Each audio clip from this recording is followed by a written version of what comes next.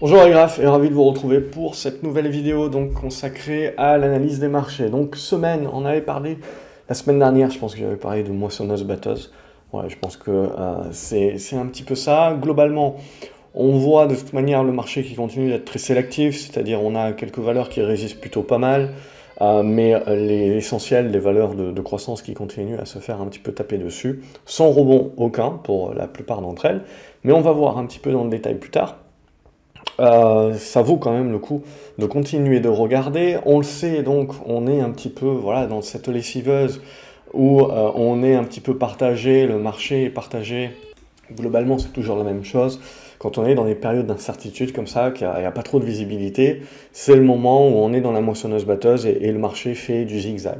Rien de bien nouveau, hein, on le savait qu'on était dans un espace de neutralisation et donc avec pas mal de zigzags et d'allers-retours. Après, on a le sujet de l'Ukraine qui est revenu donc surtout lundi. Globalement, hein, on était, vous le voyez, dans ce petit biseau ascendant qu'on a cassé par le bas donc dès lundi, mais tout de suite on a fait la mèche sur la moyenne mobile 200 et qui était jumelée à la zone des 6750. Et ça nous a permis de rebondir avec une confiance de la désescalade.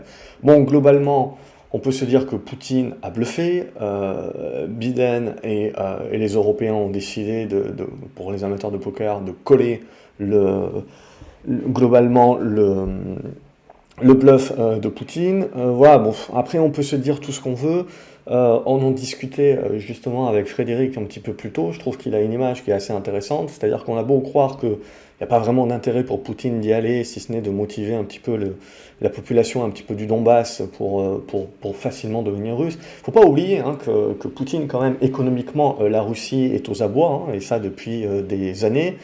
Euh, que la démographie est un énorme problème, de la même manière qu'en Occident, mais encore plus pour la Russie, donc ça ne va pas aller en s'arrangeant, et donc quelque part il faut bien un petit peu, d'une part, motiver un petit peu les troupes pour avoir un petit peu plus de natalité, et puis comme ça prend énormément de temps, il faut un petit peu également motiver quelques populations limitrophes à éventuellement plus facilement pouvoir accéder à la nationalité russe. Après, je ne vais pas rentrer dans le détail, je ne suis qu'un amateur. En règle générale, si Poutine avait vraiment voulu faire quelque chose, moi je me serais dit qu'il y serait allé au moins un petit peu globalement jusqu'à Kiev, et puis après on discute. Et à la limite, après on se retire et on prend que le Donbass, etc.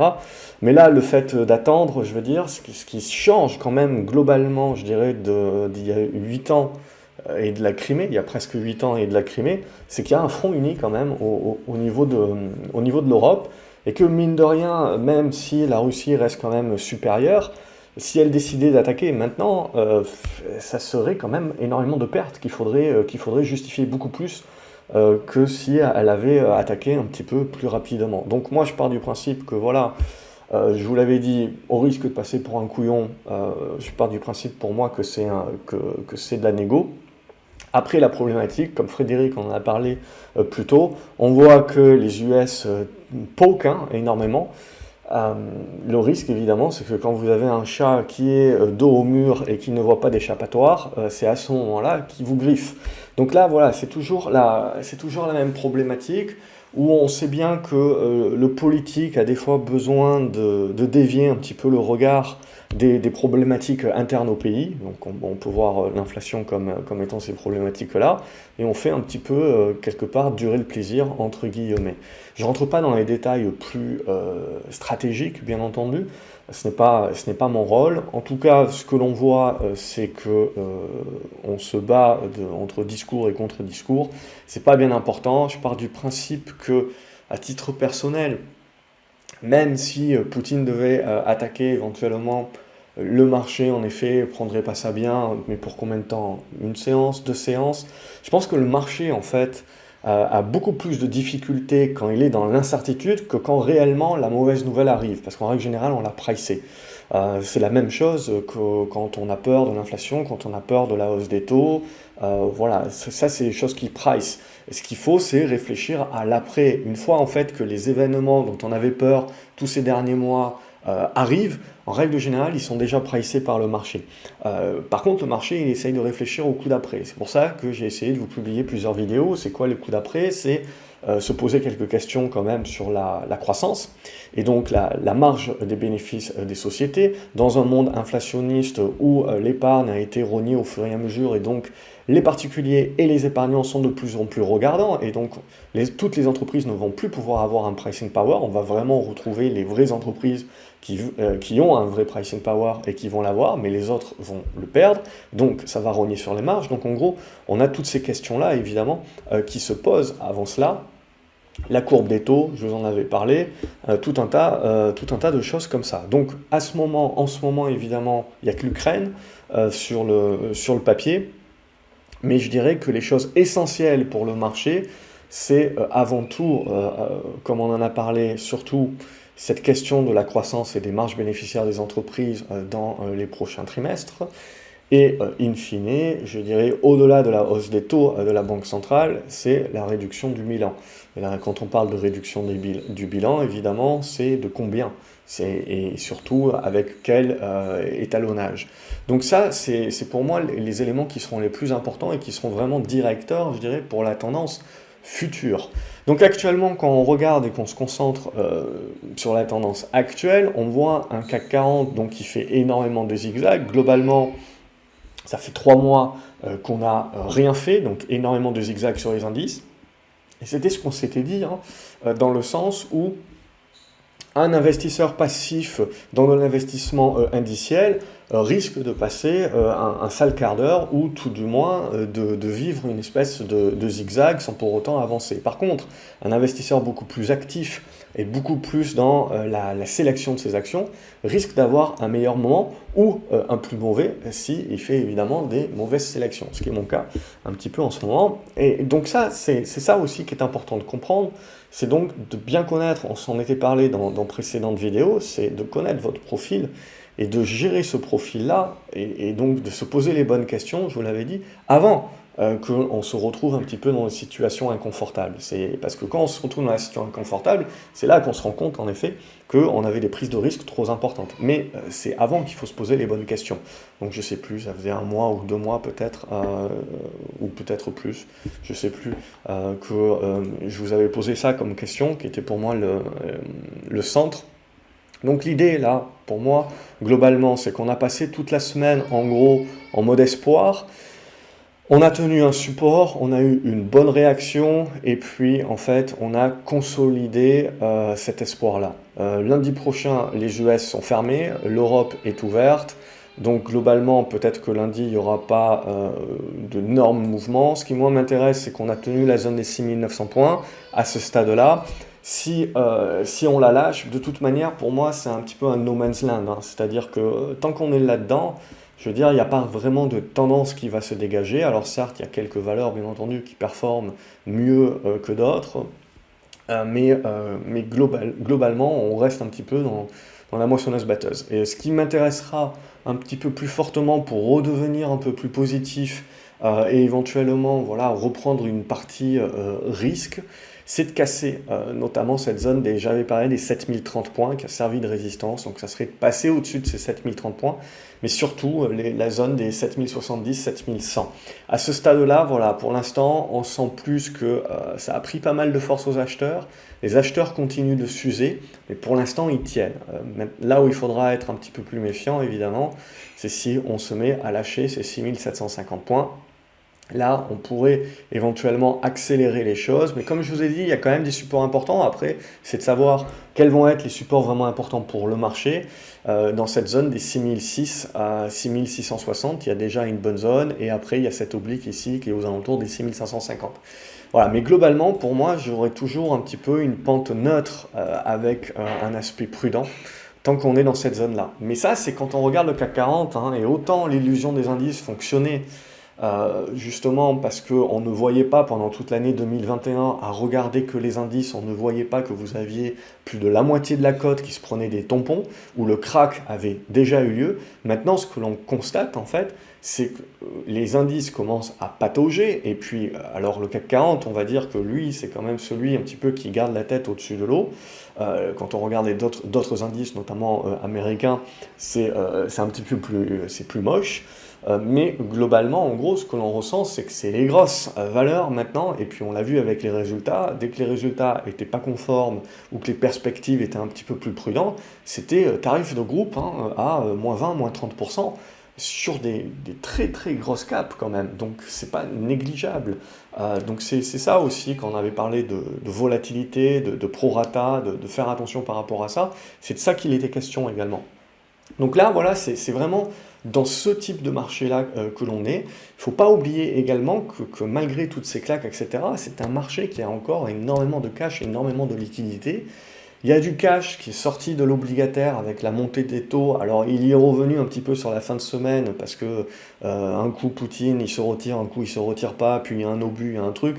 Le problème c'est que plus on reste dans les conditions actuelles et plus il y a la place pour une bavure, plus il y a la place pour une erreur humaine qui peut monter en escalade. On a l'impression de toute façon que les deux camps n'attendent que ça, une espèce de prétexte pour pouvoir bouger. Donc ça, voilà, c'est typiquement... et donc là, on a vu des flux un petit peu revenir, notamment sur l'obligataire. Mais ce qu'il faut bien se dire, c'est que globalement, on a des flux qui sortent de l'obligataire. Ces flux-là, ils doivent bien se placer. Et on voit tout de suite qu'ils vont se placer sur les actions, mais ils vont se placer sur les actions évidemment défensives, donc essentiellement des non-cycliques ou des valeurs très value, voire deep value, qui versent éventuellement du dividende à 4-5%, où on est globalement un petit peu protégé de l'inflation. Donc on voit le marché qui continue vraiment d'avoir ce niveau-là. Évidemment, à un moment donné ou à un autre, vous aurez un rebond au prorata sur les valeurs de croissance, bien entendu, mais voilà, il ne faut pas négliger que l'on voit bien qu'il y a eu un énorme changement de paradigme sur ces valeurs-là. On avait des valeurs qui étaient adoubées comme étant les merveilles du monde. Ces valeurs-là se prennent du moins 30, moins 40, moins 50%, et il n'y a pas de rebond. Il n'y a même pas une esquisse de petit rebond à plus 4 ou plus 5%, rien. Donc c'est là vraiment, c'est là où voilà, vous avez le changement de paradigme devant vos yeux. Une fois qu'on a dit ça, on n'a pas dit grand-chose de plus, c'est neutre avec une tendance baissière. Dès qu'on regarde le Nasdaq, on continue de tirer sur le Nasdaq, hein. Globalement, je dirais, il n'y a pas grand-chose à se mettre sous la dent. La problématique, c'est, on le voit, on avait eu la capacité ici de tenter le rebond, on a bloqué sur la moyenne mobile 20. Ensuite, on rejoue à se faire peur sur l'Ukraine notamment. Et puis, alors, on n'est pas aidé évidemment sur la Fed, etc. Avec, on sort les tons hawkish, etc. On casse les 14 120 points. Alors, j'avais aussi une petite oblique, etc. sur les 14 200. Bref, on a tout explosé. 14 200, 14 100 points, on explose tout. On voit que typiquement, on est en train éventuellement d'aller chercher cette zone des 13 860, on va arrondir, voire la zone des 13 007. Mais en gros, on est en train de construire, c'est-à-dire que là, il ne faut pas essayer de jouer aux devinettes, on ne sait pas trop où éventuellement le marché peut s'arrêter. Voilà, je vous ai donné quelques niveaux, mais globalement, je veux dire, si le marché a envie de continuer de dégueuler, il continuera de dégueuler, et il faut attendre et patienter de savoir où est-ce qu'il s'arrête. Et une fois qu'on voit un petit peu où est-ce qu'il s'arrête, on peut commencer à valider des hypothèses de travail. Par exemple, vous le voyez, en hypothèse de travail, j'ai tracé cette oblique ici qui tourne aux alentours des 13 500 points. Alors ça ne sera peut-être pas pour tout de suite, mais éventuellement, ça nous permettrait de former une correction qui serait en biseau descendant. Voilà, ça ne nous avance pas à grand-chose de plus à ce stade-là, mais c'est typiquement des marchés où il faut bien connaître son profil et où potentiellement on n'a pas grand-chose à faire de plus qu'observer ce qui, je pense, était un petit peu la conclusion de la semaine dernière. Donc là, l'idée, c'est de se dire, on est reparti pour un tour, on a cassé tous les supports, donc on n'est plus dans une tentative de construction, on casse par le bas, donc éventuellement deuxième jambe baissière. Jusqu'où va aller cette deuxième jambe? Il faut laisser le marché nous donner les niveaux. À ce stade-là, je commencerai à partir pour moi vers 13 800, 13 700 points. Et sinon, éventuellement, aller chercher un petit peu le bas du biseau pour voir un petit peu si le marché voit la même chose. Mais sinon, pas plus, hein. Quand vous commencez à manquer de repères comme ça, Je veux dire, c'est le moment où vous devez vous protéger. Vous devez bien tenir vos plans et vous devez vous protéger et pas jouer aux devinettes, hein. Je me le dis pour moi également, hein. Ensuite, sur les taux, c'est la même idée. C'est là où c'est intéressant. Vous voyez, il y a une détente sur les taux. Et je vous avais dit. C'est à l'époque, je vous avais dit attention. C'est pas parce que vous avez une détente sur les taux que c'est forcément bien. Puisque là, en l'occurrence, vous voyez, vous avez une détente sur les taux et donc on aurait tendance à se dire, bah, c'est bien pour les valeurs de croissance. Sauf que cette détente sur les taux, c'est essentiellement des gens qui reviennent acheter des obligations parce que, bah, ils reviennent un petit peu en mode prudence et ils sortent un petit peu du cash des actions, ils retrouvent du cash, ils vont chercher, on a vu, de l'or, et ils vont également chercher un petit peu de l'obligataire, même si vous vous faites défoncer avec l'inflation, au moins vous avez entre guillemets, vous savez déjà de combien. Alors que sur les marchés actions, on ne sait pas trop éventuellement jusqu'où on va aller. Donc ça, voilà, pour cet élément-là, on voit d'un point de vue technique qu'on a bien ce rebond qui est en train de se mettre en place sur l'ancien oblique qui devrait jouer son rôle de résistance. Donc on ne change absolument pas son fusil d'épaule, on reste dans un marché qui est tendu sur les taux, on se détend juste actuellement parce que le conflit ukrainien est revenu en lame de fond un petit peu comme une zone de risque pour le marché. Mais sinon, on ne change pas la dynamique. Par contre, ça a aidé le platinium déjà, donc la platine a congestionné et sortir de sa congestion par le haut. Donc ça, on a un retournement qui est déjà en train de se mettre en place. Et sur l'or également, on pourrait même dire enfin, on a fini enfin donc par casser par le haut notre oblique descendante, casser la deuxième oblique descendante aussi par le haut, et éventuellement on est en train, on le voit, de revenir chercher la zone de résistance des 1910 $, mais en tout cas là aussi, l'or, vous le voyez, n'était pas du tout monté en guise de refuge pour l'inflation, pour une histoire aussi de taux réel et tout ce que vous voulez, mais pour autant, et de dollars, mais pour autant, on le voit ici, l'or réagit comme refuge de peur un petit peu, et on l'a vu avec pas mal de rebonds sur les minières. Sur l'argent, c'est la même chose également, sauf qu'on n'a pas breaké encore, donc on surveillera cette zone des 24,50 $ pour éventuellement valider. Sur le pétrole également, on va dire que à court terme, c'est plutôt positif pour la Russie, peut-être de faire durer un petit peu le conflit, mais là aussi, bah, le risque à un moment donné ou à un autre, c'est de pousser encore plus de nations à rejoindre l'OTAN tout autour, et l'Europe, au sens large, a trouvé petit à petit, dans ces prochaines années, un certain nombre d'alternatives, même si c'est compliqué. Donc, à titre personnel, on verra un petit peu comment tout ça fonctionne. Mais voilà, donc on a un petit reflux également qui est en train de se mettre en place.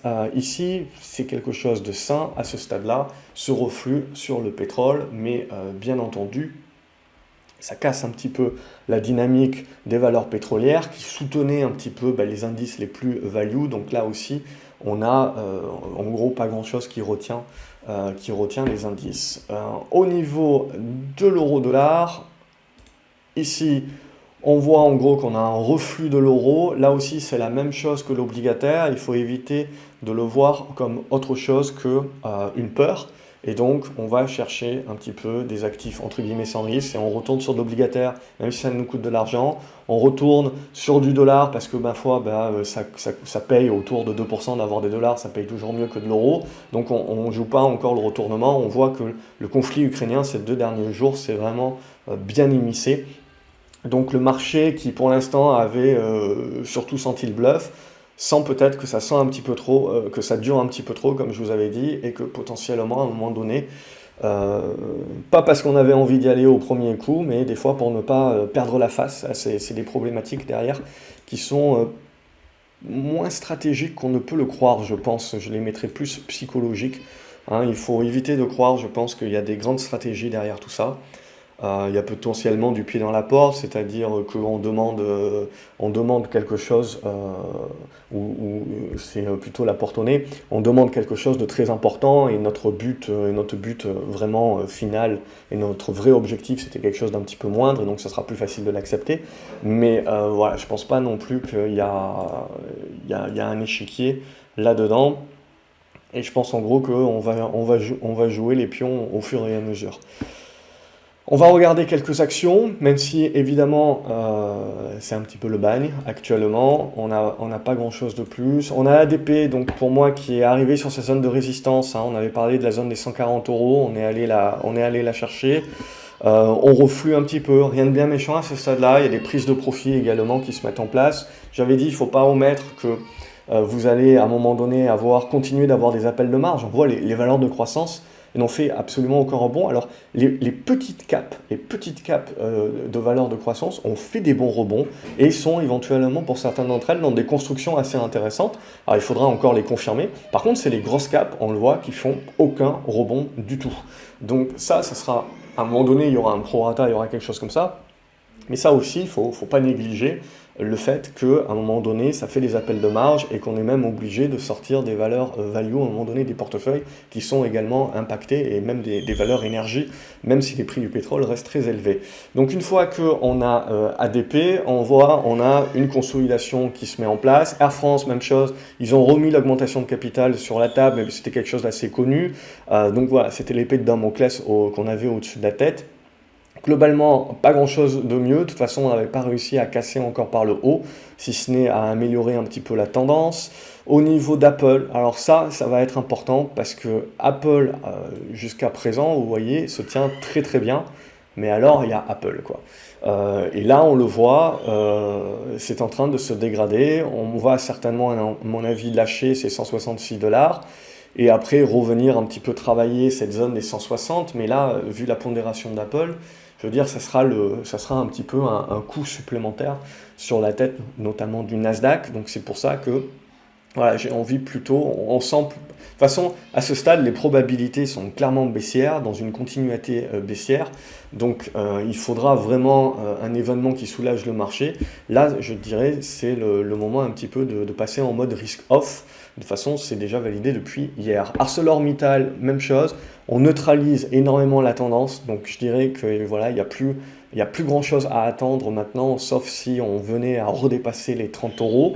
Mais c'est parti en mode zigzag. Atos, même chose. On était en train d'améliorer la tendance. Et on continue de se remettre dans le ventre mou, donc pas mieux. Il y a vraiment de l'observation essentiellement aujourd'hui. On a BE Semiconducteur, on voit qui n'a pas cassé par le bas et qui est en train plutôt de tenter une sortie par le haut. Bon, ça reste globalement dans la figure de neutralisation à ce stade-là. Il y a des gros volumes quand même qui sont échangés. Bon, il ne faut pas oublier que c'était les 3 sorcières aujourd'hui. Mais voilà, bon, il ne faut pas non plus faire couler beaucoup d'encre. Biocorp, donc voilà, on a des tendances aujourd'hui, on a des valeurs qui restent encore dans des tendances qui sont propres, on voit, et qui perdurent. Donc vous avez Poujoula, vous avez un paquet de petites valeurs également qui continuent d'être bien performantes.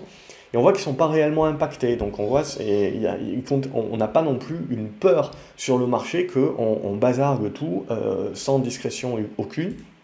Il y a quand même de la sélectivité. Carbio, pour l'instant, on n'en sort toujours pas, hein, toujours ce débordement des 39-40€ qui sera intéressant. Carrefour en valeur défensive. Là, par contre, ce qu'on a vu, c'est on a vraiment les valeurs défensives qui reviennent vraiment sur le devant de la scène. Carrefour, ça en fait partie. On a un bon gap qui s'est mis en place et donc on a une relance de la tendance qui est en train de se mettre en place. Au niveau des parades pétrolières, on voit que là aussi, ça patauge un petit peu. Donc on a fait déjà une bonne montée. On est venu chercher la résistance. Puis là, à la faveur un petit peu de la conso du Brent, on est en train de consolider, mais ma foi, on est en train de construire la tendance et il faut accepter sur ces valeurs parapétrolières, notamment de la volatilité. Claranova, pour moi, voilà, il n'y a pas grand-chose de plus. Il y avait cette zone des 4,50€, 4,40€ jusqu'aux 4,20€, vous voyez, il y a une zone éventuellement de support dans cette zone-là. Mais pour moi, la tendance de fond est quand même nettement dégradée à ce stade-là et je vois pas grand-chose de mieux à faire que du simple rebond technique. C'est peut-être pas intéressant. Les bancaires également ont pas mal pêché déjà depuis la semaine dernière. Hein, ça avait été validé depuis lundi, pardon.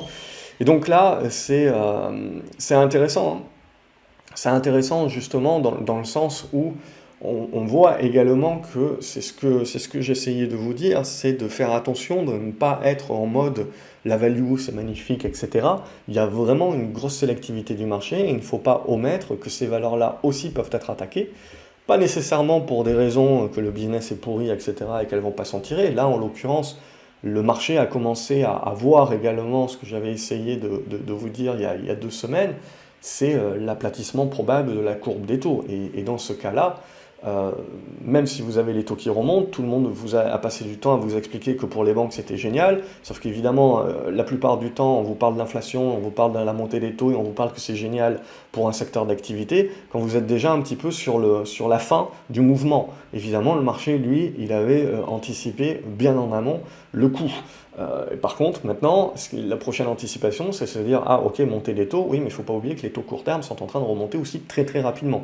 Donc, aplatissement de la courbe des taux, crainte un petit peu plus sur aussi la croissance. Donc, ça aussi, ce sont des éléments de court terme et il va falloir voir ces prochaines semaines comment ça va s'imbriquer.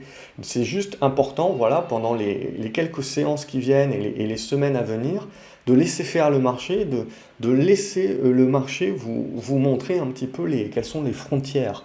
Et ça va nous permettre de définir les figures et ça va nous permettre d'avoir des repères pour la suite. Dolphin, ça c'était spéculatif, ça n'a jamais réussi à breaker, donc on laissera tomber, je l'enlèverai. NJ, ça continue d'être performant, on est revenu chercher la résistance ici des 14,60 €, mais on voit que c'est une valeur qui continue d'être défensive dans l'état actuel. Eramé également, ça continue d'être haussier, comme la plupart des valeurs métaux. Alors, elle consolide un petit peu, mais c'est rien de bien méchant à ce stade. Elle a le droit de souffler. Et les valeurs de croissance, on le voit, les bien-aimés qui sont devenus des mal-aimés très rapidement, on le voit. Il y a eu des rebonds, évidemment, mais ce n'est pas des rebonds majeurs. Et là, j'avais une hypothèse de travail en biseau, on va voir, on y arrive au bout. Il ne faut jamais omettre que ces biseaux peuvent casser par le bas. Et c'est ça qui vous crée le sell-off, qui vous crée l'aspect panique, donc il ne faut pas le sous-estimer, bien entendu. Et ce n'est qu'à la capacité de casser par le haut et qu'on commencera éventuellement une fin d'hémorragie. Et après, pour moi, le vrai pivot, il sera là sur les 225 € à redépasser pour pouvoir se remettre un petit peu dans une construction avec un petit peu plus de solidité. Au niveau d'Euronav, on est monté en flèche suite au gap également. On est en train de revenir sur une zone de résistance aux alentours des 9,40 €. Ça reste positif, voilà, au-dessus des 8,40 €, je resterai positif à court terme. Les 8,40 €, ils sont là. Donc globalement aussi, ça peut construire un petit peu, mais vous êtes sur une tendance haussière, il y en a encore, donc ça c'est à privilégier. Après, les valeurs minières donc, se sont nettement réveillées cette semaine, notamment en fin de semaine, on le voit, on avait une bonne congestion ici, paf, c'est en train de partir. Alors pour Harmony Gold, il n'y a pas encore le break qui est effectif, mais sinon vous avez Barrick Gold qui a très bien performé également, hop, je vais la trouver. Vous le voyez, donc on avait la cassure là qui avait déjà été faite, donc on a le break qui est déjà fait, il y a peut-être une zone de gap ici qui est en train d'être visée. Alors il y aura des consolidations à un moment donné ou un autre, mais on voit qu'il y a vraiment, vous voyez les volumes, il y a vraiment eu un rush de liquidité, on a dérisqué une partie des portefeuilles pour vraiment venir en mode refuge. Et après, Goldfields aussi, alors il y en a plein, bien entendu, vous avez plein de minières, mais il y en a certaines qui sont dans des bien meilleures configurations que d'autres, et notamment Goldfields, on avait parlé, alors je sais plus, je pense que c'était dans l'académie, qui était dans une belle configuration déjà depuis plusieurs semaines, et là on le voit qui a fini donc elle aussi par casser par le haut, donc ça casse bien par le haut. Les valeurs de croissance et les valeurs du luxe, notamment on le voit par Hermès, également c'était faiblard au niveau des rebonds, on a fini par lâcher avec les résultats qui sont arrivés aujourd'hui. On vient chercher cet oblique support qui permet de faire une mèche aujourd'hui, on verra si c'est suffisant ou pas. Évidemment, il y aura encore énormément de boulot avant de pouvoir parler de retournement haussier et même déjà de fin d'hémorragie. Il faut déjà donc commencer petit à petit à valider des figures qui nous permettent d'avoir des repères et donc de faire des plans. Imerys est en train de bloquer à ce stade sur sa résistance des 42 €, et ça reste encore globalement propre. Évidemment, si elle lâche, elle aura le droit aussi. Vous avez un support ici sur la zone des 40 €, voire même, il ne faut jamais omettre si le marché se met à paniquer ou pas. Vous avez ces valeurs-là aussi qui peuvent revenir très rapidement sur des niveaux support comme la zone des 39 €. Il faut garder des cartouches pour ce type de valeurs-là qui ont été plébiscitées. Si jamais justement elles se prennent un tir, il faut privilégier un retour sur ces valeurs-là. Ce sont elles qui rebondiront les premières. et pas celles qui se sont fait défoncer déjà depuis de nombreux mois où les encours sont déjà sortis pas mal. Ipsen, ça continue de rester assez propre. Là aussi, ça peut toujours faire une conso en pullback. Carlink, on en avait parlé. Pour l'instant, elle n'arrive pas à se remettre dans des bons niveaux, mais elle conserve le niveau support. Il faut conserver cette zone des 4,50 €, c'est ça qui est important. Mais après, il n'y a pas vraiment encore de congestion qui est en train de se mettre en place. La TECOR aussi, il n'y a pas grand-chose, je dirais, tant que vous ne dépassez pas les 52 centimes d'euros. Au niveau d'LVMH, c'est à regarder. On est là aussi dans un ventre mou, hein, ça ressemble énormément à ce qui est le CAC 40. Là aussi, j'ai une hypothèse de travail dans un biseau descendant, pas plus, pas mieux, mais globalement, voilà, on sent bien qu'à ce stade-là, on reste encore coincé dans une espèce de ventre mou, donc il n'y a pas grand-chose, à attendre tant que soit on ne sort pas par le haut et en effet on parlera de relance, etc. On en parlera même avant parce qu'on aura un petit peu des prémices.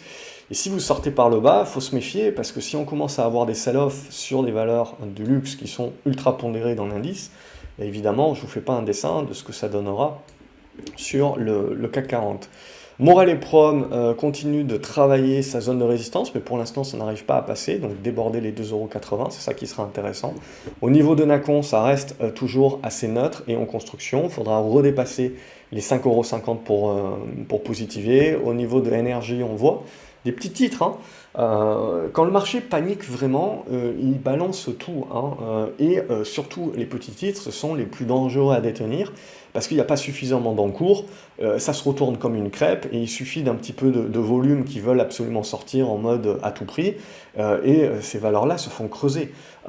Mais là, ce qui est très intéressant, je trouve, c'est que vous avez ces valeurs-là qui continuent de résister, qui continuent à avoir des flux. On continue d'acheter ces valeurs-là pour l'aspect value. Donc on voit bien que depuis de façon mi-2021, on a vraiment été très sélectif et on a vraiment cassé les valeurs de croissance d'ores et déjà, mais c'était essentiellement les plus petites valeurs. Et là, on est en train de casser un petit peu le sucre sur ce qui avait permis l'illusion des indices de tenir jusqu'à maintenant, jusqu'au début d'année, et donc on casse les grosses. Mais globalement, hein, on voit que ce soit les petites ou les plus grosses caps, mais avec une bonne dimension value, elles continuent d'être résilientes.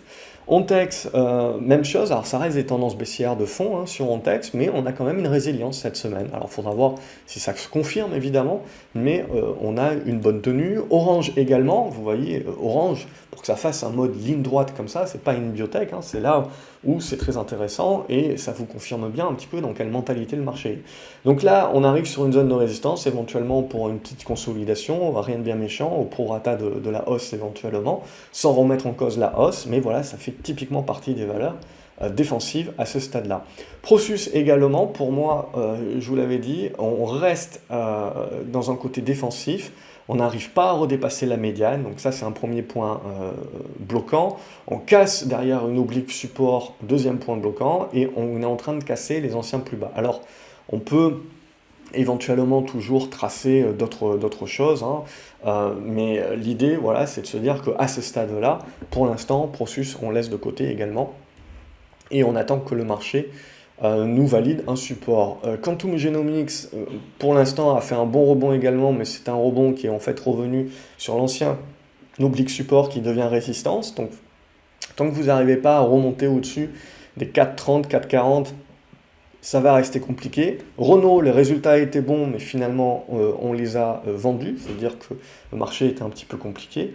Mais à ce stade-là, voilà, on a toujours une valeur qui reste dans une bonne dynamique, donc elle peut bien consolider, mais au moins vous avez des bons repères, et on reste dans une tendance qui reste haussière.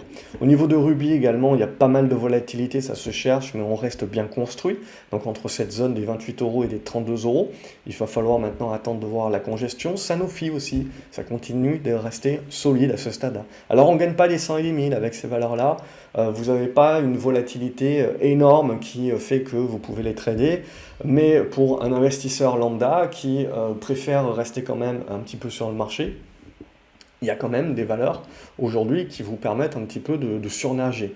Les valeurs de croissance, vous voyez, les bons élèves, les bons dossiers, ça peut toujours devenir moins cher. Ici, vous voyez, vous avez un rebond qui bloque très rapidement, et alors là, on ne fait pas de cas, hein.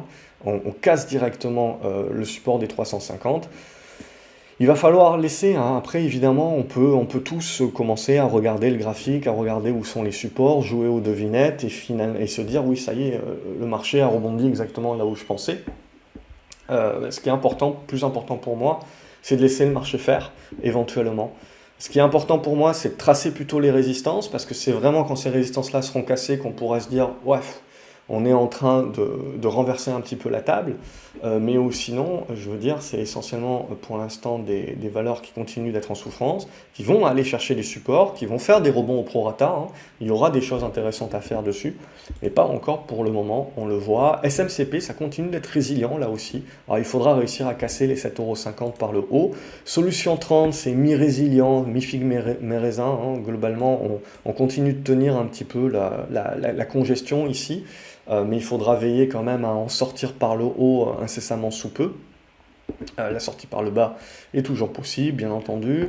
Technicolor, ça continue à se regarder, mais là aussi, va falloir à un moment donné dépasser les 3 € pour vraiment donner un influx. Au niveau de Technip Énergie, il n'y a pas grand-chose pour l'instant que je vois en termes de construction, hein. Je laisserai faire encore.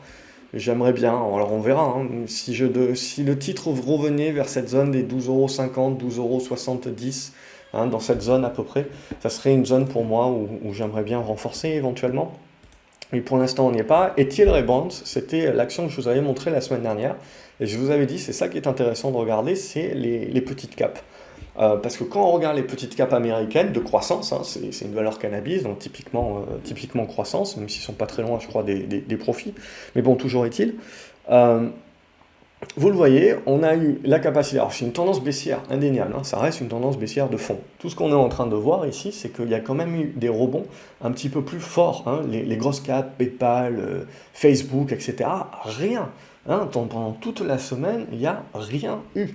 Là, tout du moins, vous avez au moins des rebonds de 10, 20, 30% sur quelques valeurs qui se mettent en place. Alors certes, il ne faut pas voir ces rebonds-là comme des retournements magiques de la tendance, mais ça vous permet là aussi de commencer à tracer des figures, de tracer des repères. Et ce qui nous intéresse, on le voit dans le reflux actuel, c'est qu'on est en train de revenir sur l'ancienne résistance qui avait été cassée à la hausse et qui donc devrait jouer un rôle de support. Et si tel est le cas, alors si on recasse tout par le bas, évidemment, c'était juste un rebond technique dans une tendance baissière de fond, et on verra plus tard, hein. Mais si ça tient, moi ce qui m'intéresse, c'est pas pour jouer Tilray ou autre, mais c'est de se dire si ça tient et si on trouve la même chose sur pas mal de petites valeurs, c'est quand même intéressant parce que c'est l'illusion des indices fonctionne donc du coup à l'envers. C'est-à-dire que quand vous regardez les indices, vous dites c'est moche, et puis alors je vois que des points encore plus bas, hein. J'ai du mal on a du mal à se dire comme par miracle. Alors évidemment, si les troupes russes se retirent, peut-être ça peut faire un électrochoc comme on a eu mardi, etc. Mais en gros, on voit que c'est un marché qui est très lourd. Mais quand on regarde ces petites capes-là, alors évidemment, alors lundi les US sont fermés, mais ça peut très bien casser mardi par le bas, et puis tout ce que je vous ai dit là évidemment est terminé. Mais c'est dans l'idée de la logique de regarder un petit peu les petites capes, parce que ça peut vous servir d'indicateur. Et si ces petites capes-là sont résilientes, les petites capes de croissance sont résilientes, commencent à congestionner, alors évidemment il faudra en casser par le haut pour vraiment donner le là, mais c'est ce qui vous permettra petit à petit de vous dire, tiens, le marché, dans sa sélectivité, va quand même chercher des valeurs qui sont des plus petites capes. Alors Tilray, c'est quand même pas la petite cape de la petite cape, hein, c'est aux US, donc tout est proportionnel. Mais globalement, c'est de se dire, il y a quand même des flux qui vont chercher du risque. Il y a quand même des flux qui vont chercher des plus petites capes et essayer d'aller jouer des rebonds sur ce type de capes-là. Donc du coup, ça m'indique quand même que mon marché, même si quand je regarde mes indices, il tire la tronche et j'ai pas envie d'y aller, ça m'indique quand même qu'il y a quand même une volonté du marché de prendre quand même des risques. Donc, ça veut dire que je ne suis pas tout noir non plus sur mon marché et que je dois rester, certes en observation, mais si tel est mon profil, évidemment, prêt à jouer des rebonds. Total Energy, on est en train de consolider à plat, là aussi on a le droit, pas grand chose de plus à se dire, mais évidemment c'est ce qui nous a permis de tenir ces dernières semaines, globalement, les indices à flot grâce à l'énergie. Dès que ça commence à pêcher un petit peu, et on le voit, les valeurs de croissance ne prennent pas le relais. Évidemment, ça pêche un petit peu. Unibail, ça s'est bien remis également, c'est comme Clépierre, hein, c'est très propre.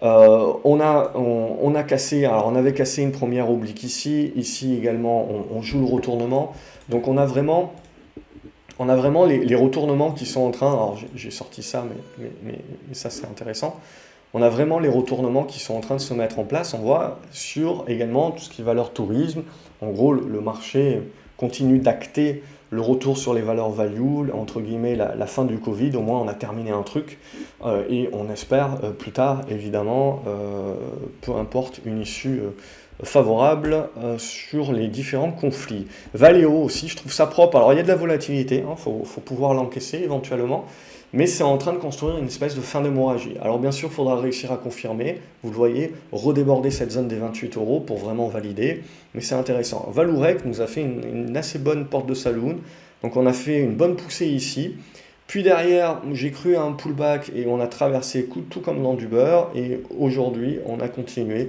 de traverser le support comme dans du beurre. Donc, c'est pas terrible. C'est pas terrible du tout. Verimatrix, j'en parle plus, ça continue de casser par le bas. On s'était dit la semaine dernière, il n'y a pas grand chose à se mettre sous la dent tant que vous ne repassez pas au-dessus des 1,15 € et Worldline. C'est un petit peu comme Atos, ça ressemble beaucoup à Atos. On continue de rester dans la congestion. Donc pour l'instant, on n'a pas recassé par le bas. Donc on reste encore, je dirais, vous le voyez, dans la neutralisation et dans la congestion ici, qui donnera le là pour la suite. Sinon, qu'est-ce que je peux avoir? Il y a Ubisoft également. Ubisoft, c'est globalement la même idée. Vous voyez, énormément de volatilité. Ici, il y avait la spéculation sur Activision, le rachat par Microsoft. Puis finalement, on a fini par casser ici par le bas. On revient chercher l'ancienne résistance qui sert de support et qui permet le rebond. Mais globalement, voilà, je veux dire, ça peut zigzaguer énormément et ne rien faire. Alors si ça recasse par le bas, évidemment, je ne vous fais pas un dessin, mais peut-être que ça sera pour nous tracer une oblique ascendante de support. Mais en gros, ce qu'il faut bien vous dire, c'est que si vous regardez les titres et la bourse au jour le jour aujourd'hui, vous devenez fou. Vous vous faites complètement balader. Ce qu'il faut bien vous dire, c'est que quand on est dans ces changements de paradigme, quand on est dans cette volatilité-là, c'est bien de se dire que le marché, en fait, il faut le prendre avec du recul et de se dire on est en train de construire des figures. Et donc il faut laisser le temps au marché de construire ces figures-là pour pouvoir avoir des repères qui, selon notre profil, nous permettront de rentrer avec des plans et des repères, donc qui seront beaucoup plus clairs. Parce qu'aujourd'hui, la problématique que je vois pour beaucoup d'investisseurs, c'est qu'ils rentrent avec très peu de repères. Et donc si ça casse, en fait, ils n'ont pas typiquement la discipline de pouvoir tenir un plan, parce qu'il n'y en a pas, et les repères sont trop fragiles. Alors que si on attend que le marché nous construise des choses, on a des repères qui sont fixes, on a en règle générale une meilleure discipline pour pouvoir tenir les plans. Je vous dis ça pour vous, et je le dis pour moi aussi, puisque je me mets dans le même bateau, bien entendu. Voilà en gros ce qu'on pouvait dire cette semaine. Comme d'habitude, j'espère que ça vous a plu. N'hésitez pas à liker la vidéo, la partager également, mettre des pouces en l'air et vous abonner à la chaîne pour ne pas louper. La semaine prochaine, je ferai la vidéo également et potentiellement je serai à nouveau dans mon environnement classique. Donc on verra si ça change un petit peu les choses et ça me permet peut-être de prendre un petit peu plus de recul par rapport à mes propres positions. On verra tout ça. Je vous souhaite en attendant un excellent week-end. Lundi, les US sont fermés. On verra à quelle sauce donc la suite est donnée ensemble la semaine prochaine pour de nouvelles aventures boursières. Excellent week-end une nouvelle fois les graphes et à lundi. Salut.